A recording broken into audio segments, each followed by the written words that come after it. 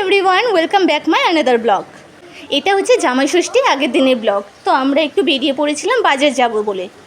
তো এইবার সেইভাবে আমাদের ষষ্ঠীর কোনো প্ল্যান নেই, কারণ আমাদের মন মেজাজটা সেরকম একটা ভালো নেই কোনো একটা কারণে। তাও সময়ের সাথে মানুষদেরকে চলতে হবে, সেই কারণে একটু বাজার গেলাম মাদের জন্য কিছু নিব বলে। তো মা তো বলছিল না কিছু নিবি না, তাও গেলাম। সে কি আর মন মানে, ষষ্ঠী বলে কথা কিছু দিব না। তো মালদার হকার্স মার্কেটে এই দাদার দোকানটায় আমরা জিনিস টিনিস কিনে থাকি, খুব ভালো জিনিস বিক্রি হয়। তো এখান থেকে আমি একটু শপিং করে নিলাম। তো আমাদের কেনাকাটা হয়ে গেছে, তারপর বেরিয়ে পড়লাম। বেরিয়ে একটু ফুচকা খেয়ে নিলাম। তারপরে এই চপের দোকানটায় খুব সুন্দর চপ বিক্রি হয়, এখান থেকে নিয়ে নিলাম চিংড়ির চপ। আমরা খেয়ে নিলাম আর বাড়ির জন্য প্যাক করিয়ে নিলাম। তারপর হয়ে গেছে, এবার আমরা বাড়ির উদ্দেশ্যে যাচ্ছি। তারপর যেতে যেতে রাস্তায় দেখতে পেলাম এই কুলফিগুলো আমার খুব ফেভারিট। তো খেয়ে নিলাম, আর যা গরম পড়েছে একটু কুলফি তো খেতেই হবে।